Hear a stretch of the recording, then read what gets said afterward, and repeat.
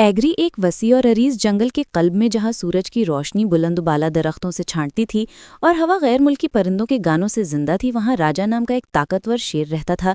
राजा कोई आम शेर नहीं था। वो पूरे जंगल में न सिर्फ अपनी ताकत और शानदार सुनहरी अयाल के लिए जाना जाता था, बल्कि अपनी मखसूस आदत के लिए भी जाना जाता था। वो हर उस मखलूक से एहतराम का मुतालिबा करता था जिसका वो सामना करता था। जो कोई भी उसे मुनासिब तरीके से सलाम करने में नाकाम रहा, यहाँ तक कि एक सादा सर हिलाकर या शाइस्ता हेलो के साथ खुद को उसके गज़ब का सामना करना पड़ेगा। इस अजीब व गरीब उसूल ने राजा को खौफ और एहतराम दोनों में मुब्तला कर दिया था। एक रोशन सुबह जैसे ही सूरज की पहली किरणों ने जमरत की छत को रोशन किया, जंगल में हलचल मचने लगी। बंदर एक शाख से दूसरी शाख पर झूमते, चहचहाते और खेलते, जबकि हिरन एहतियात से झाड़ियों से निकलकर नर्म घास चढ़ने लगा।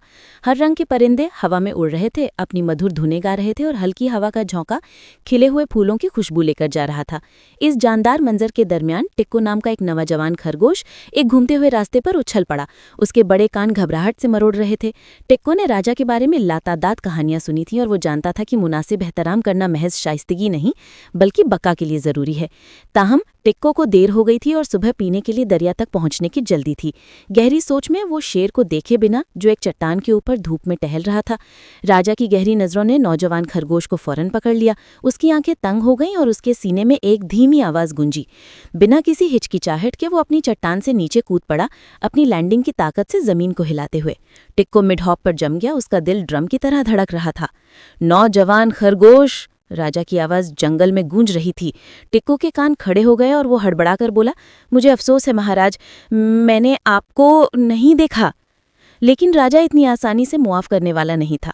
वो आहिस्ता आहिस्ता आगे बढ़ा, हर कदम नापा। उसकी नज़र कांपते खरगोश पर जमी हुई थी।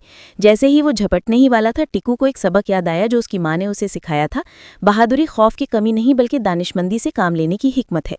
एक गहरा सांस लेकर टिक्को ने झुककर खुलूस से कहा, महाराज मुझे मुआफ कर दे, मेरा मतलब बेइज्जती नहीं था। मैं आपके और जो कुछ आप हमारे जंगल के लिए करते हैं उसकी कद्र करता हूँ। राजा ने तवक्कुफ किया, सर झुकाया, नन्ही मखलूक की